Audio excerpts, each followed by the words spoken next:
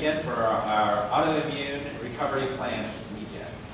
And I actually only recently met both of them, and actually just met them for the first time in person yesterday. And for the short time that we've had together, I really appreciated their passion for helping people who just oftentimes aren't given much hope in the medical community. And they have a special emphasis and a special focus on autoimmune diseases and neurodegenerative diseases. And we've actually already benefited in our family because they're staying with us. And they've actually made a couple of meals for us already. So we had a nice breakfast, and we actually just had dinner before we came. And I will have to tell you, I was skeptical with the limitations there, but actually the food is really good. So I look forward to what she has to share with us. Mercy Ballard, I think she can tell us more about this, but she actually runs a lifestyle center focused on this, and so every several months, every other month, she has actually a group of people who she serves and helps on this journey, to start this journey, and she's had really wonderful success. So look forward to hearing what she has to share with us. With that, I'll turn this over to Mercy. Well, it's a privilege to be in this church here in Northern Washington. And I just want to thank Dr.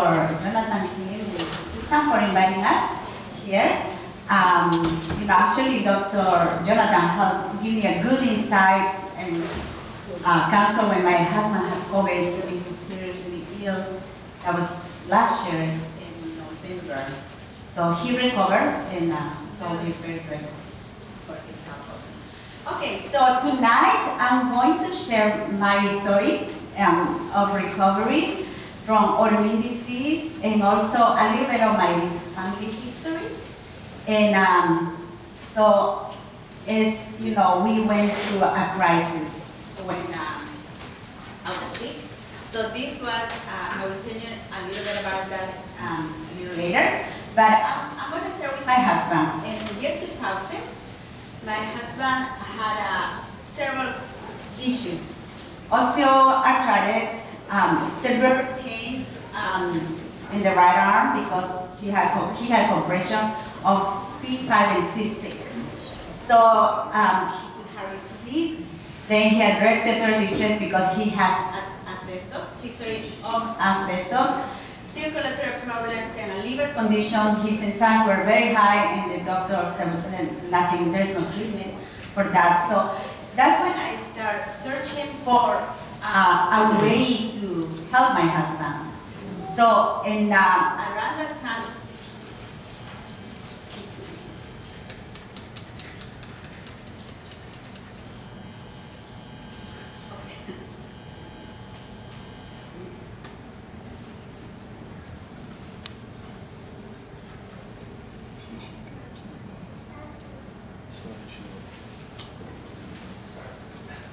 okay, I hope.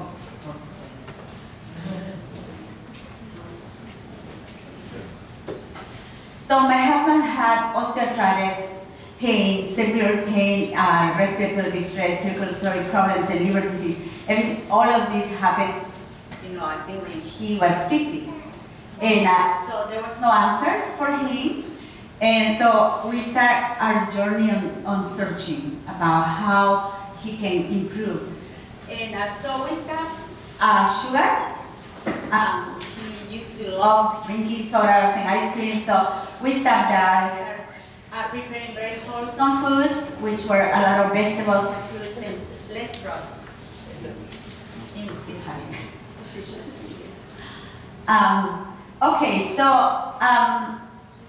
once we changed the diet, my husband improved greatly to the point that he recovered 100%. So I was very excited about this, and I was thinking, this is something that I really need to focus to help people to recover from these degenerative diseases. And And then in year 2001, we went 100% plant-based. We were vegetarians, and then we started also juicing, and we totally removed processed foods and started reading inspired books. And so. I apologize. Our sound system here has been an issue for a long time, and so let's just try this and see if this will work. We're still working on it.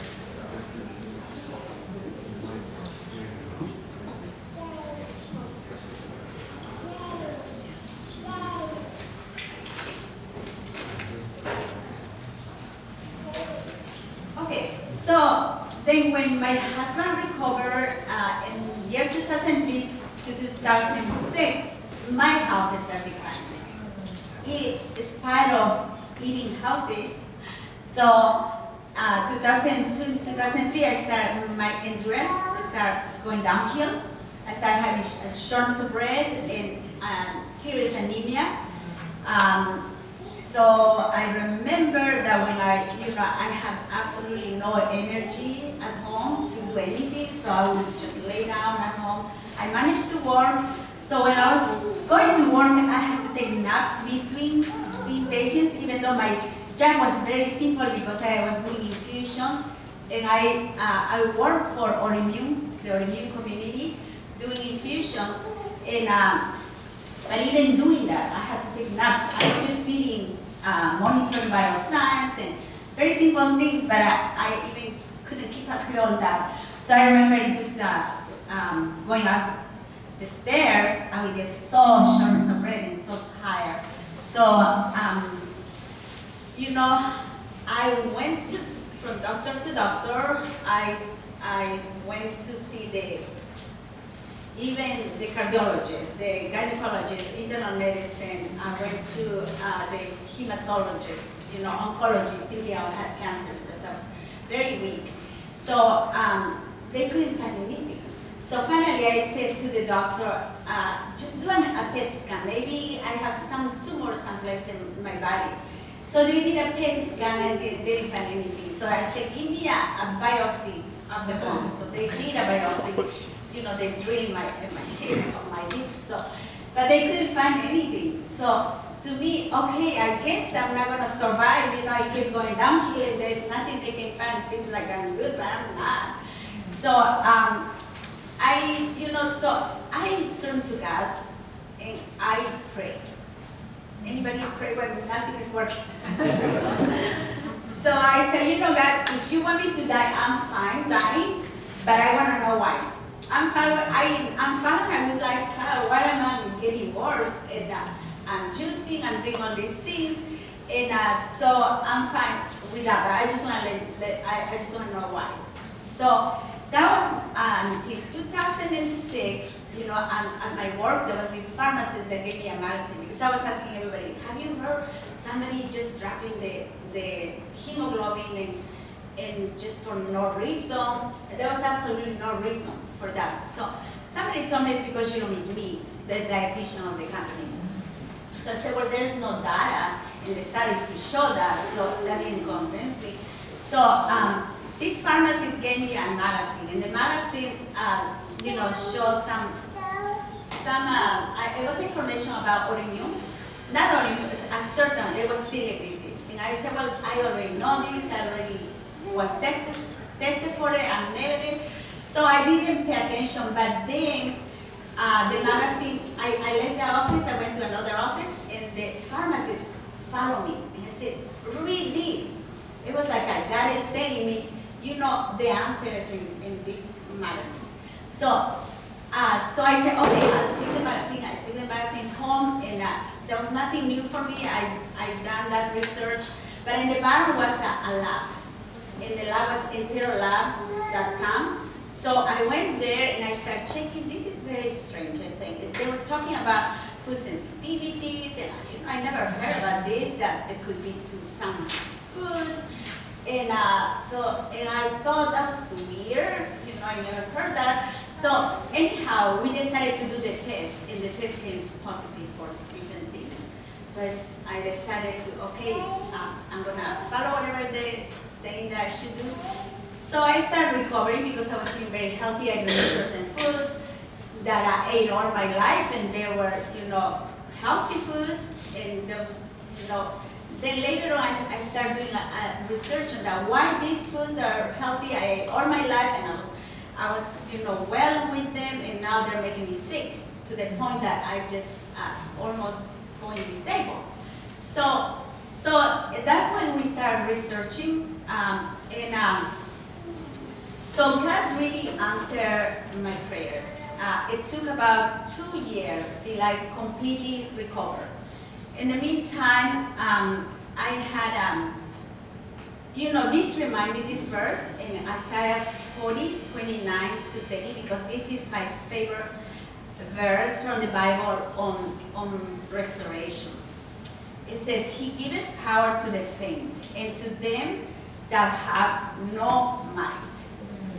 He increaseth strength. Isn't it something when we're so sick and thinking that there's nothing else to do, and then God gives us strength and help us to recover. Even you shall faint and be weary, and the young men shall utterly fall. But they that wait upon the Lord shall renew their strength. They shall mount up with wings as eagles. And that's what I feel like. I feel like I'm an eagle now. And not be weary, they shall walk and not faint.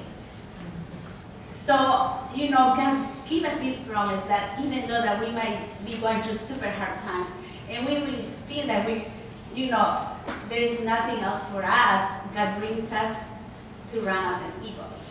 And I really love this verse. I claim it personally for myself. 2007, I was doing a visit to this patient. She was a nurse. She was disabled for 17 years. She was on IVIGs. This is a medication that we give usually to people with autoimmune disorders.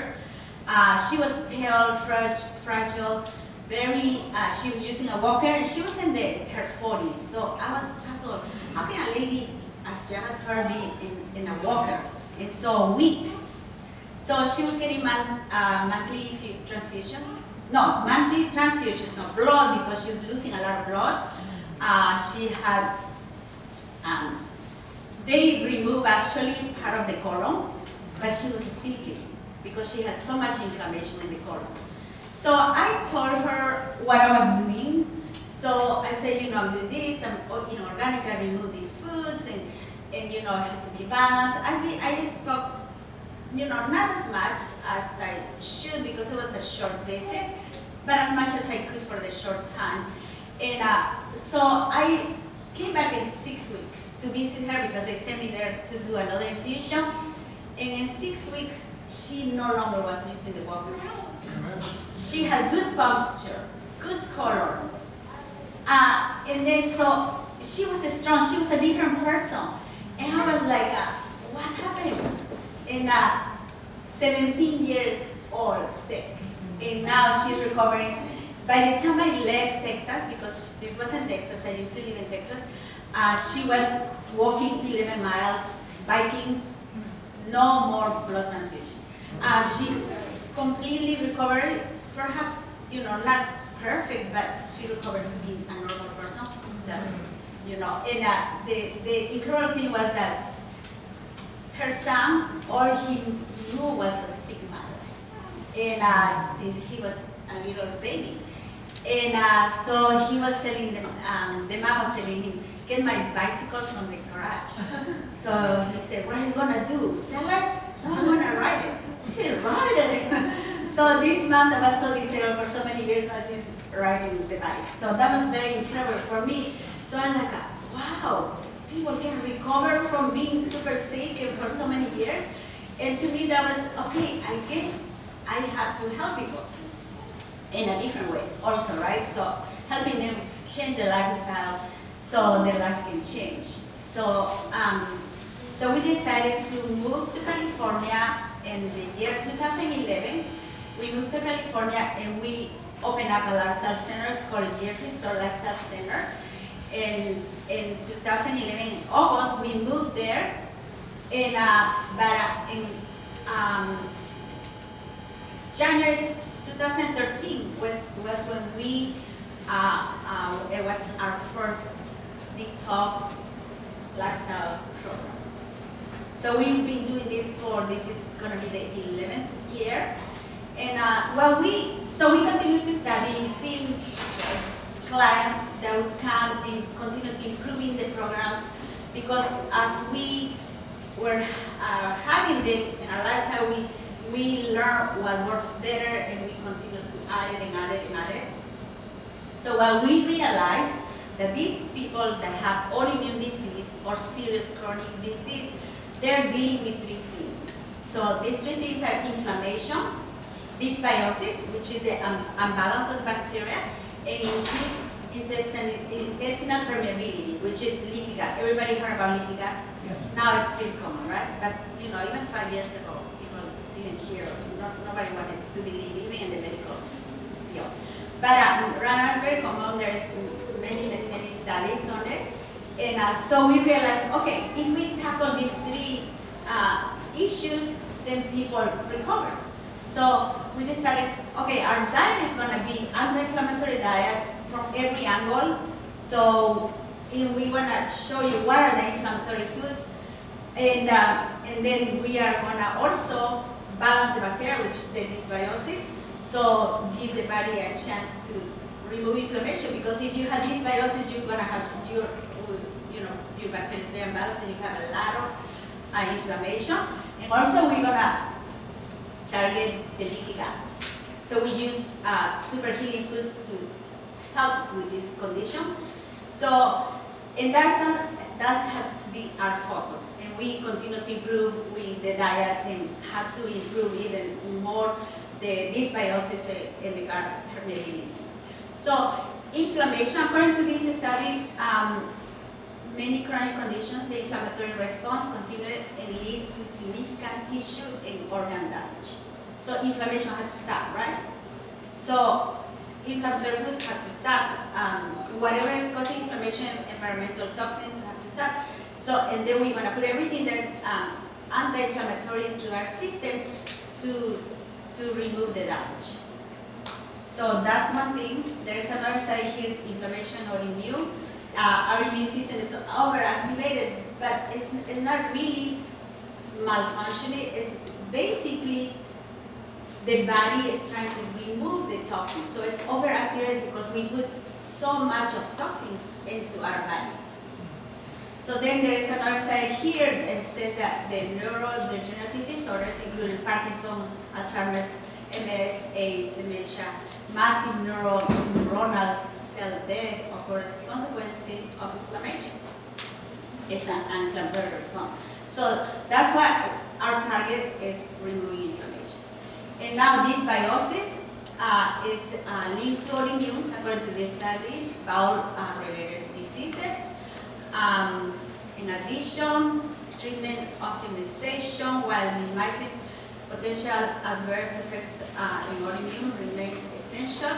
So according to this study, we have to modulate the microbiome, which is the bacteria.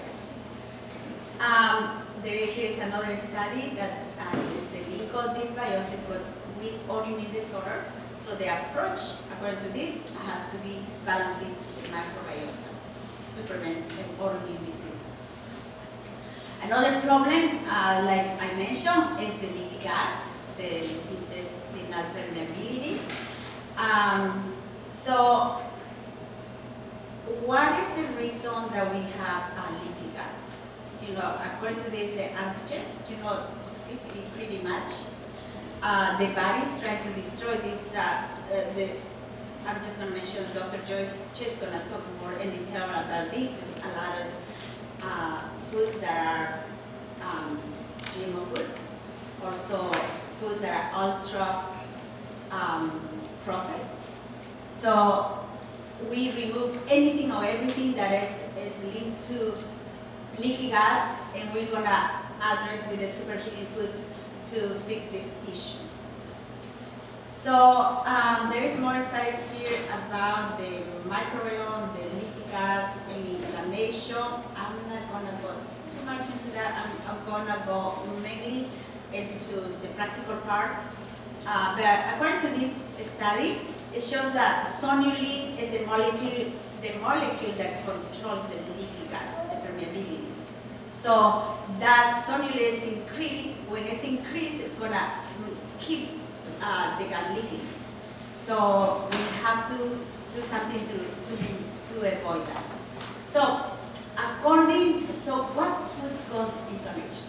So that's the main thing, right? Because we have to remove these foods that are causing this inflammation because that's what is making us sick. According to this study, processed foods are these: formulations of ingredients, series of industrial processes, fractioning of whole foods into fractions, chemical modification of fractions, additives to make more palatable the foods, addition of salt, sugar, fats, oils, sophisticated packing with synthetic materials, cosmetic additives. So imagine all that. All those foods were not designed for us to eat. They're not foods, they're chemicals. So when we're introducing this into our body, the body is reacting, trying to clean up. So it's overactivated. It's actually our immune system is trying to help us. But we keep doing this. So we keep adding these processed foods that keep destroying our body as increasing more and more inflammation. So what are these processed foods? Anybody? What would be a really ultra processed food that's very, very, very super unhealthy that causes inflammation? Anybody? Pop-Tart. Yeah, that's done. Okay, look at this. I don't know if you can see that well, but breads. Number one, breads. White breads. Bread, they're not the bread, the simple bread that you make at home. When you buy a bread in the store, they have chemicals. That's why they're not in the refrigerator, right? They put chemicals so they can last, and then they put chemicals to make it look better, chemicals to taste better. So bread is an ultra-processed food unless you make them healthy, making bread. So then the next one is cakes, cookies, pies. Do we eat those? That we buy in the store. I didn't mean the ones that you do at home. Then we have three salty snacks. What would that be? Salty snacks. Chips. Who does not eat chips? Who does not like chips? That's a dumbest thing to get away from. But we can make chips are healthy also. Then we have frozen and the plates, frozen and shelf-stable plate meals. So that means those foods are pre-made, and then you just put it in the oven or in the microwave. Then we have soft drinks, pizza, fruit drinks, breakfast cereals. Do you know that they're unhealthy, ultra-processed? The cereals that you buy in the store, all the chemicals that they put, and if they're not organic, they're GMO, most likely. Then we have sauces, dressing, gravies. These all that you buy that is made in the store. They sell it in the store. Then we have reconstituted meats and fish, sweet snacks, ice creams, milk-based drinks, desserts, French fries, sandwich hamburgers, instant and canned soups. So we in trouble, right? So and there's more and more chemicals they put in the foods to make it taste better, and so no wonder we are living in a generation that is the most unhealthy ever, and we can hardly survive. I can assure you, there's hardly a family that is healthy. There's always somebody in the family that is very sick.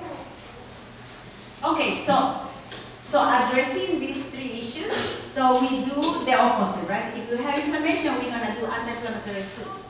And that, for anti-inflammatory foods, we're gonna remove all the processed foods.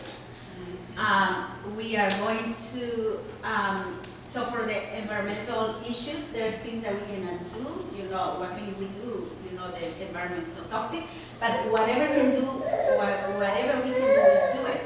And God always supplies, right? When we do our best. Then we do, to balance the bacteria, we do probiotic foods and prebiotic foods. Probiotic foods are the raw foods because we have bacteria in there, and the prebiotic foods is going to be the fiber in the food that are going to feed the good bacteria. It's going to balance the microbiome. And the third thing is we're going to address the leaky gut. So, anti-inflammatory foods again, we want it to be balanced because you can eat plant-based and balanced. But it has to be balanced, has to be unprocessed, non-GMO, whole plant-based. And then we also address the food sensitivities because a lot of people are becoming so sensitive and it's just amazing, it's just an epidemic right now. So here is a study of probiotics, prebiotic foods, and I'm not going to dwell much on that because we're going to hear Dr. Joyce explain to us. So I'm just going to go over this picture here. I got this from PubMed. This is a medical literature. So when we eat plant-based, in red, you see in red here, the good bacteria is going to be increased, and the bad bacteria, which is the pathogenic bacteria, is going to be in lower amounts, and we're going to have inflammation is going to be down, and the gut barrier is going to be, but it's going to improve, decrease inflammation. So when you eat meat products, it's going to be the opposite. So you're going to have more pathogenic bacteria, less there are good bacteria, and then it's going to increase inflammation and also going to unbalance the bacteria. So that's what we do whole plant-based. I want to tell you a story of this lady. It's a case study that we held April 2020. She's 70-year-old, and her weight was 169, and she's 5'2". And the diagnosis are lupus was recent diagnosis. Actually, we asked her to ask the doctor to check her for the ANA. There's a test to check you for autoimmune conditions. So that was the ANA test. So they did test for ANA test, and she was positive for lupus. So she was suffering from this for many years, but it went underdiagnosed. And then we have fibromyalgia for 13 years, spondylitis for 30 years, Hashimoto for 15 years, diabetes was diagnosed a year before, and also high cholesterol. She was treated for H. pylori. The symptoms were abdominal pain, abdominal distension, diarrhea, severe itching because she would even cry because she was so uncomfortable, she couldn't sleep, and she was pretty much paralyzed. She would walk with a cane. And so at the church she was always pretty weak and so, very, very disabled. And then when she did this, okay, with triage, sorry, because misspelled it. The itch improved from 0 to 10 scale, from 5 to 3. The abdominal distension from 6 to 0. The pain it was 8 to 10, and the pain was in the left knee and left hip. And remember, she was suffering of this for many years. So the pain came down to 5. So week.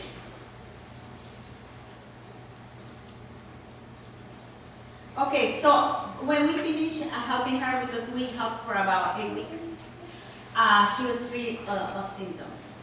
So the last cholesterol triglycerides were normal. the CRP ESR went back to normal.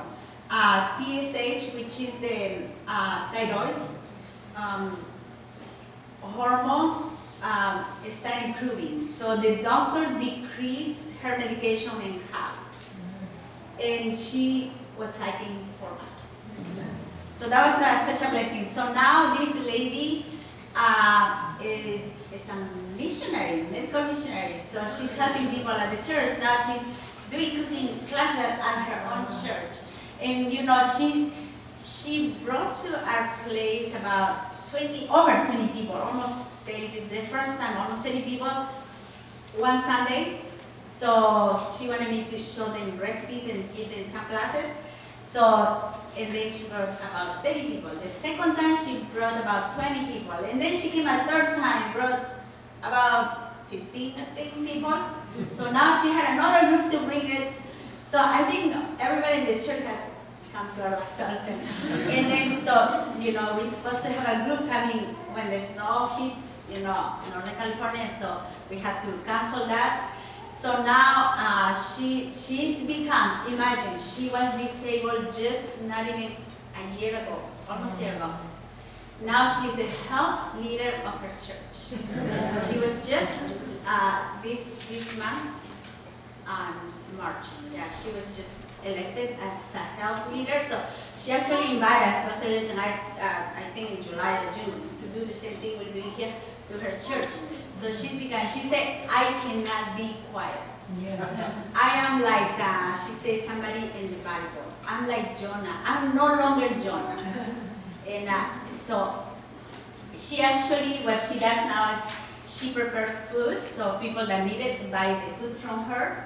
And so she makes granola, she makes bread, because we make our own bread, and she makes tortillas. She makes, you know, everything processed, everything healthy. So she makes it and brings it to people. So the people that come to our lifestyle center in Sacramento area, she comes and teach them how to prepare the foods. And also she's, you know, make a living. And now that she can work making these foods, you know, what a great way to do.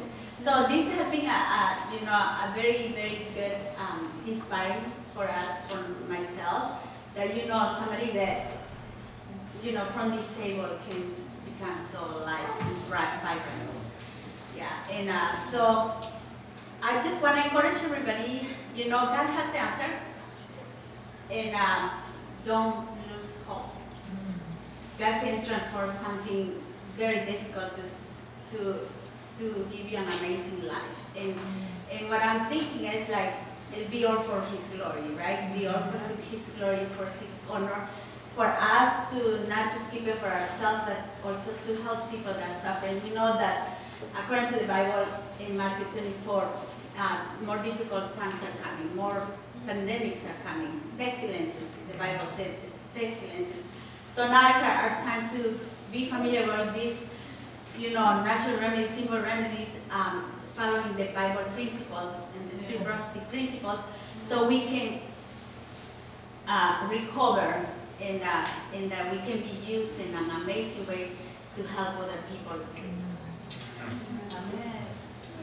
I just want to leave a few minutes to do questions and answers, and maybe Dr. Joyce can join me and we can answer some questions.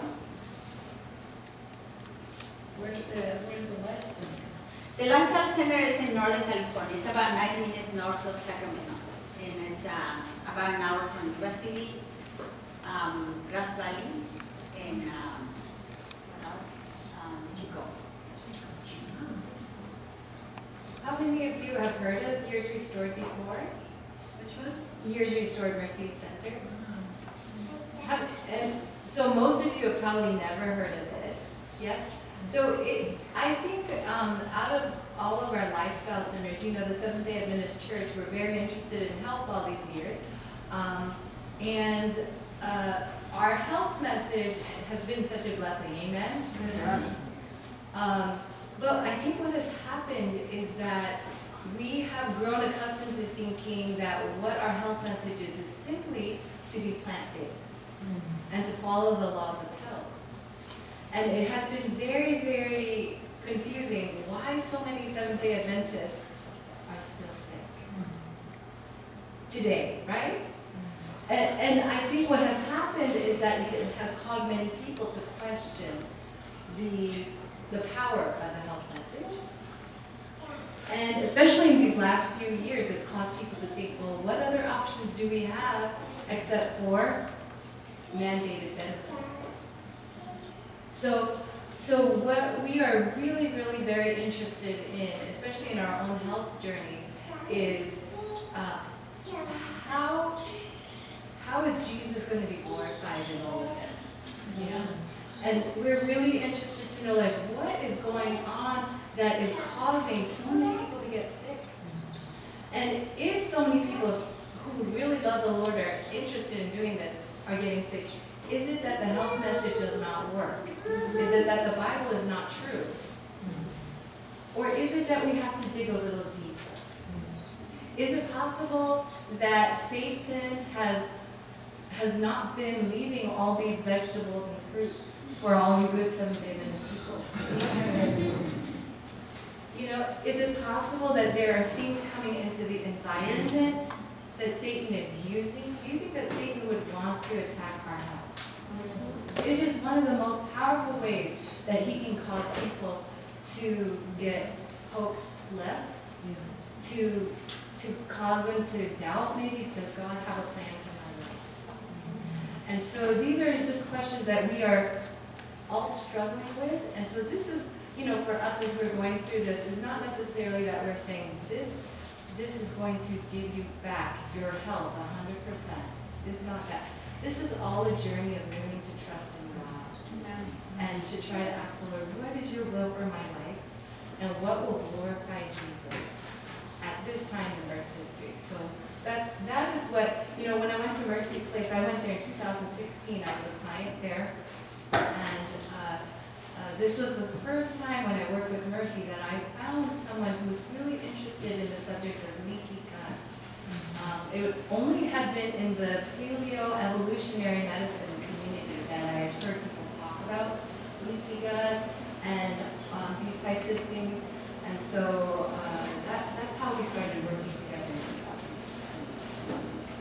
Yeah, it's been a blessing. So we team up and things is we are able to bring this message to more people because we start doing a course online and also did a book because we felt that, you know, more people needed to learn all these principles. We wrote a cookbook called the Autoimmune Plant-Based Cookbook. And we have an online course. We can talk to you more about that too. We have a question back here. Sorry, I missed all your presentations coming up from work, but I wanted to ask if you talked at all about your, you know, in the diet portion, have you found anything as far as fats that help the immune system to maintain its balance? We do use the fats as they were created. So we have a serving portion of every group of food to have a balance diet. So we don't remove fats altogether, but we have fats like flaxseed, sunflower seeds, pumpkin seeds, avocados, coconut. As a whole, we don't use oil-free oils. Then also olives. And so, brother, what are you asking about in specific? Like, are you talking about like medium-chain fatty acids for certain kinds of conditions, or what do you? Just in general, because I've had a little bit of autoimmunity myself, so I've gone to some classes, done some research. I haven't had a chance to research as much as I would like, but I was curious as far as, because from what I understand, the immune system needs some portion of fat to maintain its function. Yes. And one of the dysfunctions I see a lot of times with, especially going through vegan diets, is the fat ratio. When you go from a egg, milk, cheese, you know, that's high fat, but then you switch to a you know, a plant-based diet, so a lot of times that fat is almost depleted to nothing. And I see how that plays into a lot of people's, like, leaky gut syndromes. It's like the body's missing something and goes to an inflammatory state. So this is an interesting concept, and you will probably find a difference as far as experience according to, you know, everybody, like for instance, if you have malabsorption, you can eat a very good diet and you'll be pooping out all your nutrients and your fat and all that kind of thing. And so you might have, everyone's going to have a different experience based upon their own health condition. But this is what we have found. A lot of times when people are going to a plant-based diet, they will eat like olive oil and this type of thing. And the thing about these plant fats is that the reason that they are healthy is that they are polyunsaturated, right? And so they have a double bond structure in multiple areas that causes them to have a different structure. They'll be kinky rather than totally straight. And that kinkiness, when you have fats that are like this, when you incorporate them into your cell membrane, it causes that cell membrane to be very fluidic, versus if you have a saturated fat in your cell membrane.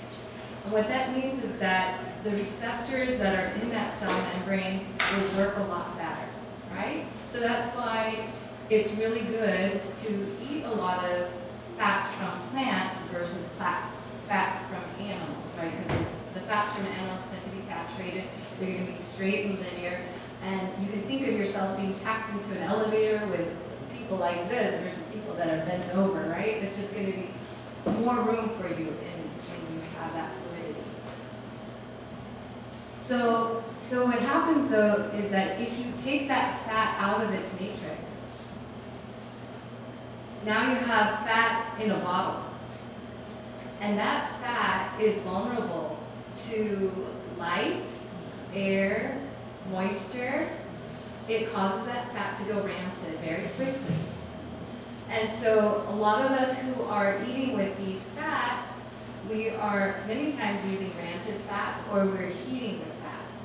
And we find that a lot of people just getting those free fats out of their diet, not cooking with it, not using it in their salad dressings and this type of thing, it will decrease their inflammation and they find that they do much better. So we, in our cookbook, we don't use any free fats. We don't use anything from a bottle or from even coconut oil. We will get the fats, as Mercy was saying, from food so that it's in its matrix. And that does not mean that the diet that we eat is low in fat. It's just that we are getting it from the food source. And we found, especially when you go to the program and you learn how to put all this together, put it in a meal plan and this kind of thing, that it works very well. And we made a salad dressing today with avocado. We didn't use any oil, but we used avocado in the food. So we find that works very well. I don't know if that answers your question. Yeah, it's kind of in the direction I'm looking for. Okay. Ask this brother and second. What is leaky gut? What is leaky gut? Leaky gut is a condition when, your cells here, you have an epithelial cell layer that forms a protective barrier.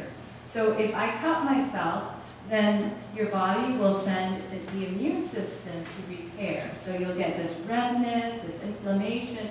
This is your body recruiting the immune cells. So this is something you want to have happen. Now, if I were to keep on cutting myself every single day, what do you think would happen? You will develop a systemic problem. Why is that? Because your body is constantly sending resources to heal somewhere. And those resources could have gone somewhere else. They could have gone to fight cancer. They could have gone to repair other things. They could have gone to, help you look better. That's why some of us, when we're sick, we don't look so good, right? And so what happens when you have leaky gut is this. Your intestinal cells that you have lining the intestinal tract, they're only 1 cell layer thick. And so what some of us are doing every time we eat, we're eating things that cause the gut to get damaged and inflamed. And as Mercy was saying, like for instance, in the case of zonulin, zonulin is a protein that your intestinal cells will make when you eat something like wheat and gluten. And it will cause your intestinal cells to make zonulin. The zonulin, when it attaches to a receptor on the intestinal wall, causes the intestinal cells to lose their connections with each other. So that means that those intestinal cells then become leaky and they allow for the passage of undigested food, of bacteria, pathogens, to enter into the body. And you don't want food to enter into your body before it's digested and broken down and absorbed by the cells as nutrients, right? It will cause inflammation when it doesn't follow the right path, right? Even if you ate the most organic, nutrient-rich foods, right? And so that's why you want there to be this intestinal integrity, not permeability. And so when you have that permeability, it is called leaky gut, and that's what's associated with inflammation. What happens is that there's an inflammatory cascade that develops whenever you have inflammation there, and it will come back to the intestinal cell wall and cause further damage to that intestinal lining, and then you won't be able to absorb your nutrients. And that's why a lot of people with leaky gut will develop anemia and other malnutrition type of issues because those intestinal cells are not functioning. There's another I guess this question is for Mercy and her lifestyle center. If people come to you with some disease problems, do you have any kind of cleansing thing? Like some people do vitamin C, they do a bunch of things to get rid of any kind of toxic material before you start them on a program to repair them? Our program is called detox, so we do detox. So we do juicing and we do teas and tinctures that are herbs to detox the organs and also parasites. So we start with that, and then after a few days of detoxing, it's a liquid fasting, and then we go into just eating raw foods for a few days, just to build the good bacteria, and then we add some good foods. And the way that Mercy approaches detox is with food and the liquids we put in. And so the first 5 days, the thought is you are not digesting food. So you're not eating things necessarily. You're taking in a lot of liquids, herbal teas. You're taking in things that are going to give you nutrients, and yet you won't have to work on digestion. So it gives your body a rest for about 5 days. You're also opening up detox pathways, like there is a sauna. You can do enemas. How many of you here have done an enema? It's really, I learned about enemas at that time, and I was just starting to do them on my own. It's kind of scary the first time you do it on your own, isn't it? I went to Mercy's place because I was like, I want to see how Mercy teaches other people to do enemas. So I was thinking, I want to help other people, get better. How am I going to teach people how to do an enema? And so I learned how to help other people do an enema. And that, when you do enemas together, it bonds you.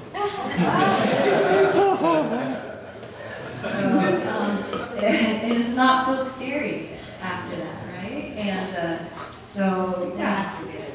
A lot of people do it at the same time, but in their own rooms. So there was another question. So, how would you, if if the person has a leaky gut, how do you identify?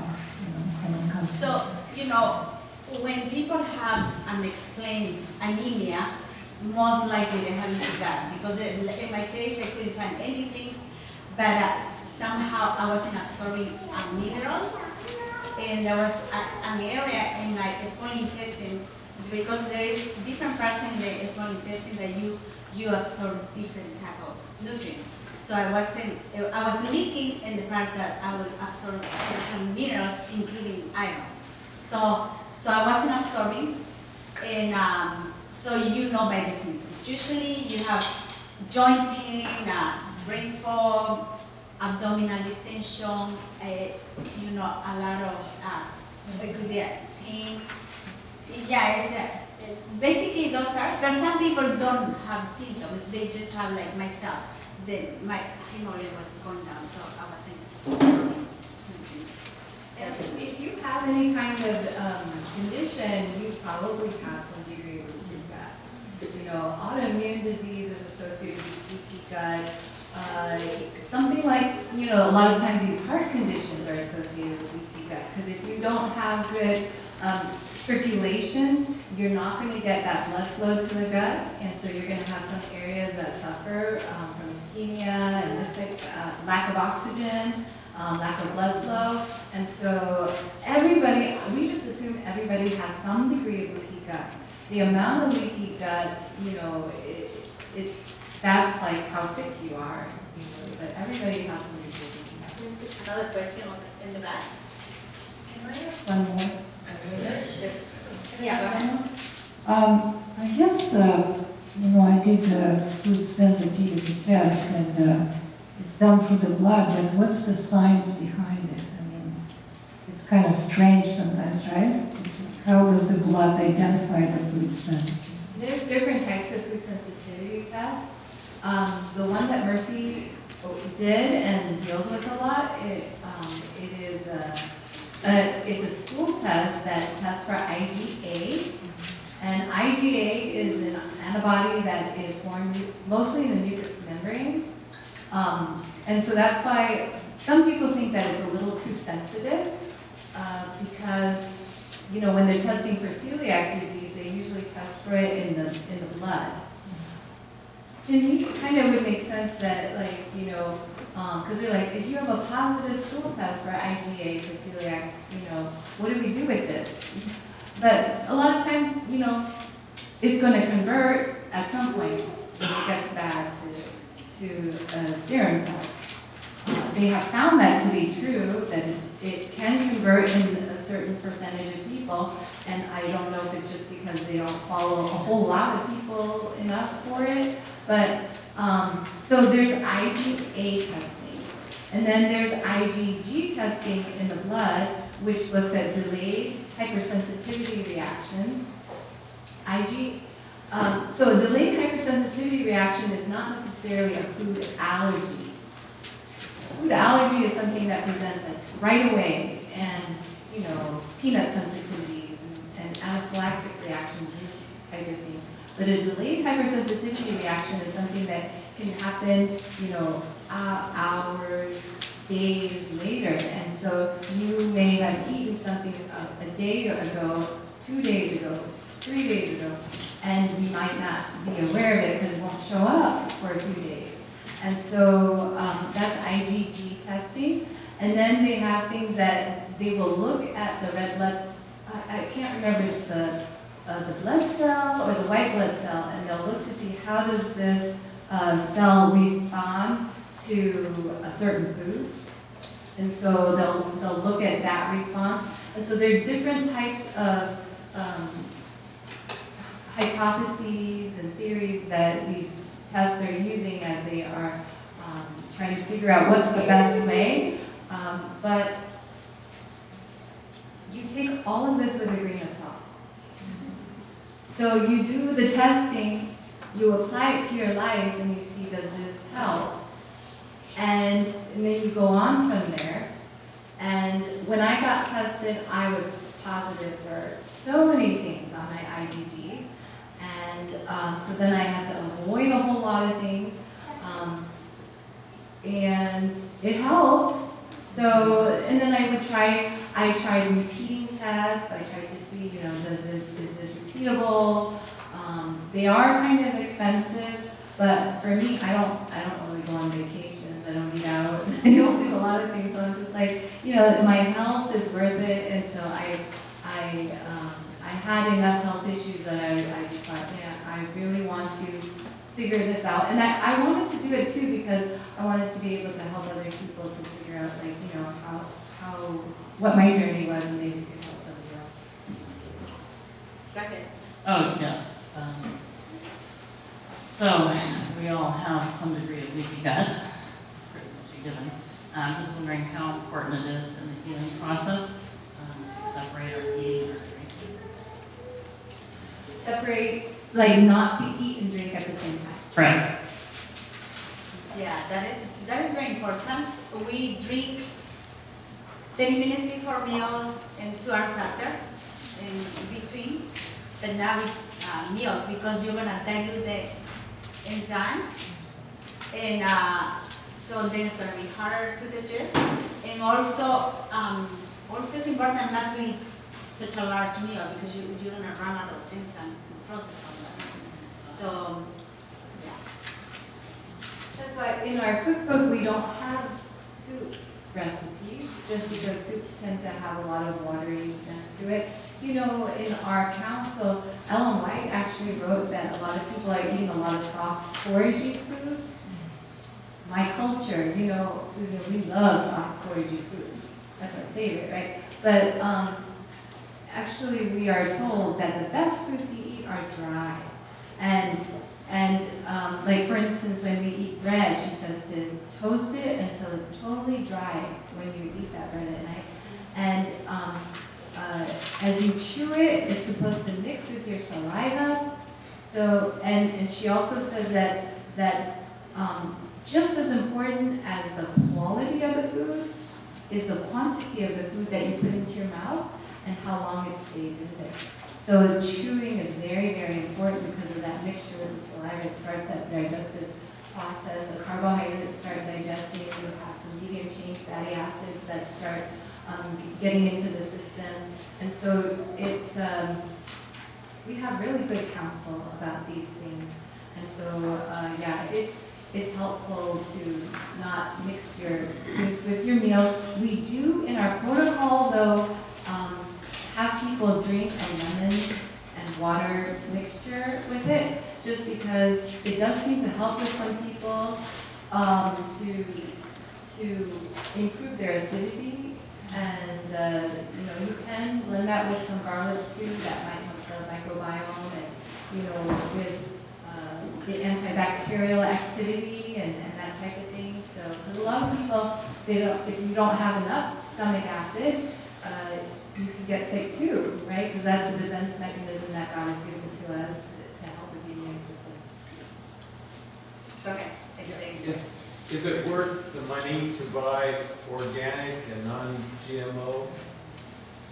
You know, you can find foods that local that people produce and they tell you that they don't put pesticides, but you know, pesticides and herbicides and GMOs, they're big triggers for autoimmune or for serious diseases. So So it's worth the money and the time. Yeah, well, this is the thing. Organic, it is going to be different than conventional.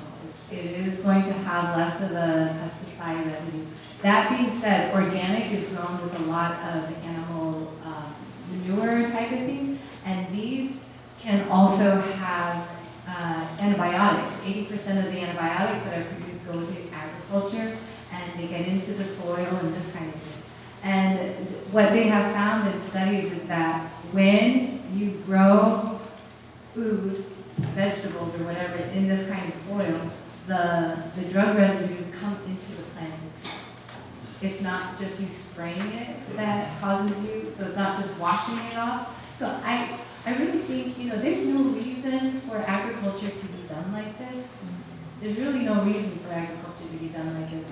The only thing that I can think of is that it's diabolical, right? And this is one of the reasons why I think we were counseled as a people over 100 years ago to go find some land and learn to grow your food. And we are finding, now they're going to put medicine into the food, and God has a way for all of us. Amen. We have to pray and ask the Lord for wisdom. Things are changing in the world, but we have to, lift up our heads. Jesus is coming very soon. Praise the Lord. Amen. But until then, we're going to go through some difficult times, I think, in the very near future. And so we just have to be praying and asking the Lord, how can I find that place that I can start growing some of these things and live in obedience to what you counsel us to do? Is your lifestyle center along the I-80 interstate freeway near the northeast of Weimar, or is it more? It's 90 minutes from Weimar, but it's in the mountains. It's not, So it's not close to any freeway. up toward the Donner Pass from Weimar? It's 90 minutes west. West from, how about from Auburn? From Auburn or Chico? Like Chico is 1 hour from Chico, 30 minutes from Oroville. Yeah. Mercy's good at food, but she's very challenged with direction. Okay, thank you. I may have some other questions later. All right, we'll try to take 1 or 2 more questions here, and then, For store-bought bread, is sourdough your only good option?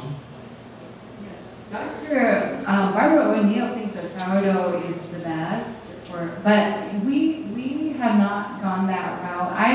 I'm just not educated enough in the sourdough process and that kind of thing. So we have been making bread without yeast and leavening agents. We call them flatbread, and they taste quite good. Actually, Josiah ate some this morning. He liked it. Josiah, did you like our bread? Yes. Yeah. So we try to make it as simple as possible, and it doesn't take too long to make it. You can just put a bunch in your freezer, have it, and that way you can soak and sprout your ingredients.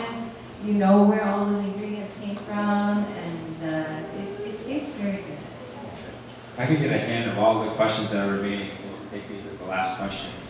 One there. Is there any other question beyond that? Here, too. And there's 2 questions. Anyone else? Last call. All right, well, we'll start with Kendra. Thank you. Yeah, I just have a question regarding supplements.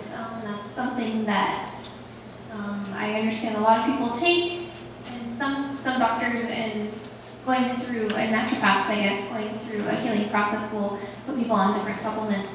What do you guys think about supplements? Are some of them helpful or not, or where's the line there? I do coaching also between lifestyle, so I coach people and follow up for 3 months. So every week I do a consultation and follow up. So what we do, we start with foods. So we do, instead of supplements, we do juices. So we do juices depending how advanced the case is. Some people might need to be 3 times a day, some people once a day, some people maybe 3 times a week, things like that. So we do it through supplements. But what we like to do is be sure, let's say that we don't just give them like a B12 and D, if it's low, we tell them to take it. Because if it's winter, but if it's summer, we say go to the sun. For B12, they can raise it with if they're raising their fruits and that vitamin B12, but if not, we tell them to take a supplement. And we like to be organic and plant-based, if possible liquid. And so it's only if the juices are not, healthy. But in general, that's all it is needed. The plant-based that is balanced plus juicy, and it's usually. I was put on a lot of supplements, and they were helpful. When I started doing this, I did everything with food. And I went many years this way. I have a lot of health issues. I had a spinal cord injury. I have some airway issues that caused me to have hypoxemia, and now I have a heart problem because of that. And so I have a structural problem that I'm going to look into how to fix this, right? But it has caused me to have really leaky gut. Now that being said,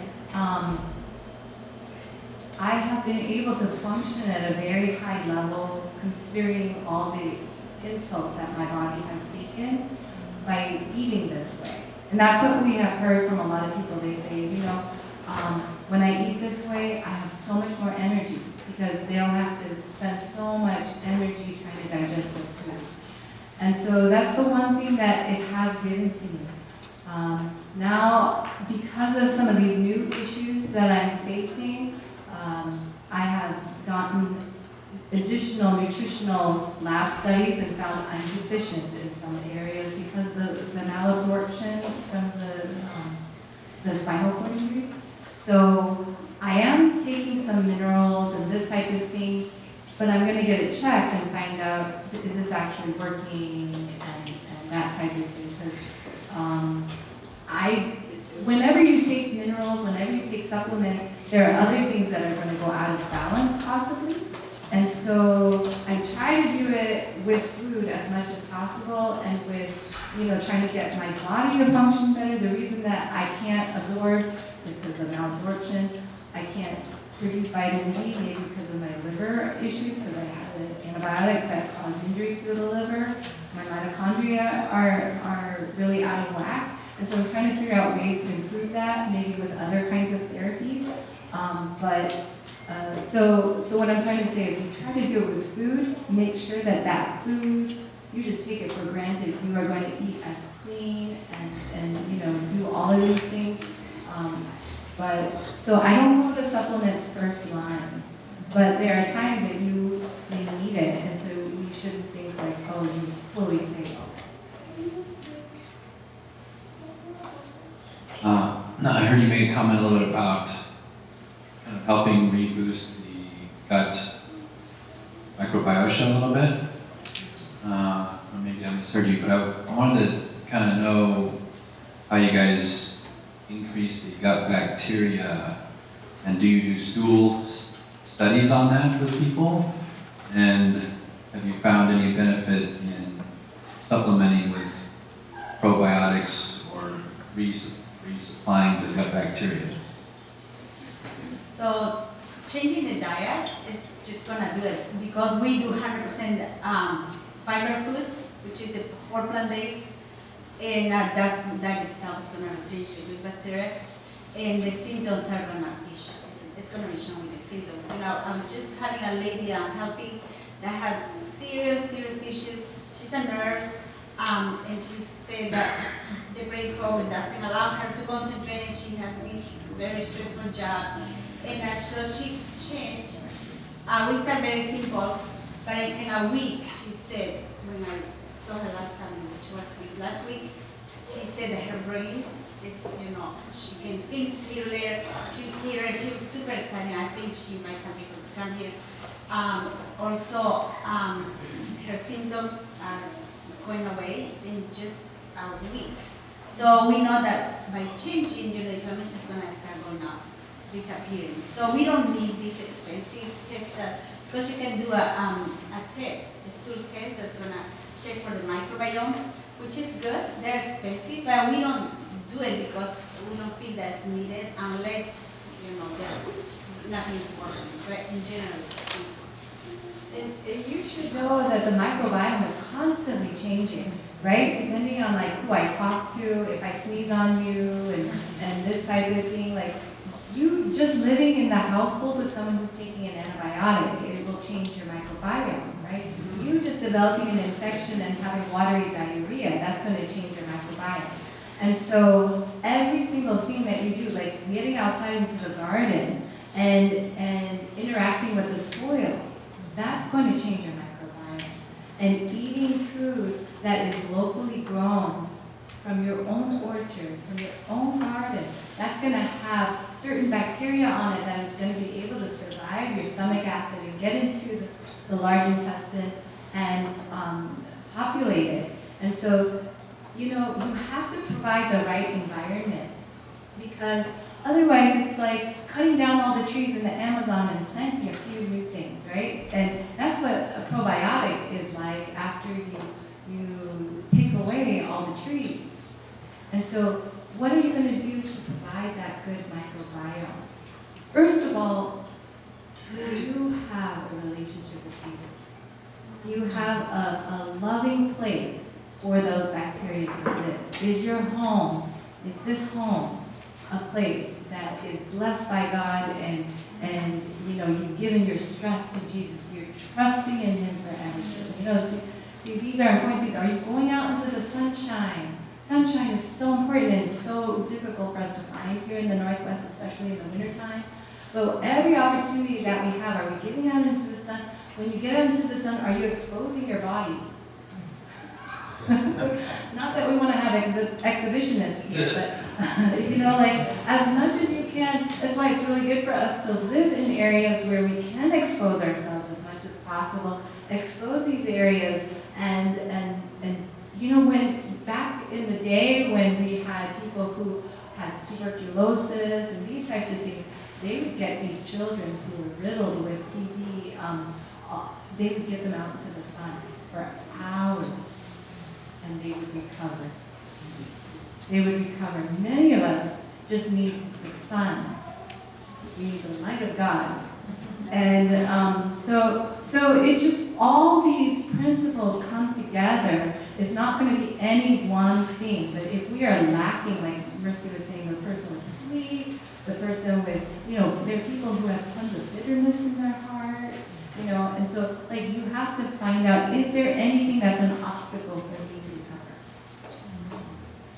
I think that's a great segue.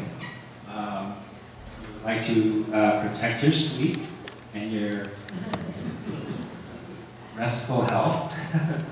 I really appreciate Mercy and Joyce giving us an introduction, and has this whetted your appetite a little bit to see what else they have to present for us in the next couple of days. Well, I just want to say thank you, first of all, to Mercy and Joyce.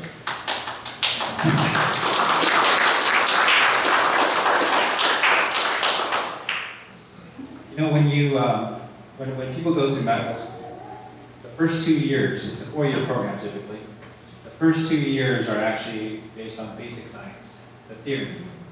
And then the second 2 years are usually where you actually study the practical side of things. Yeah.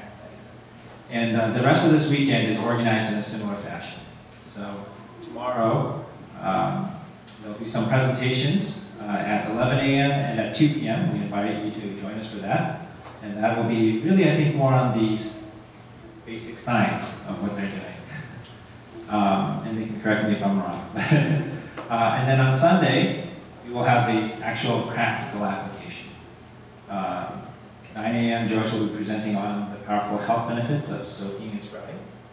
And Mercy will be giving some cooking demonstrations and sharing more at 10:30 a.m. So if you don't have the schedule, there are still some flyers in the back so that you can actually save that for the schedule. And we would love to see you come back and see the other things that Mercy and Joyce have to share for us. With that, I'd like to ask, one of you like to pray? That's great. Dear Heavenly Father, we thank you so much for the blessings. I just want to ask you special blessings for this group that has come tonight, that you can bring a lot of wisdom to everybody here and whatever issues that each person has on health in every way.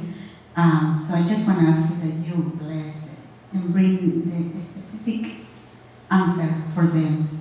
And I ask you not just for physical health, but also for mental and spiritual. And I just want to thank you because you're always there for us. And Help us to be faithful to you and continue leading us. In Jesus' name, amen. There's lunch too.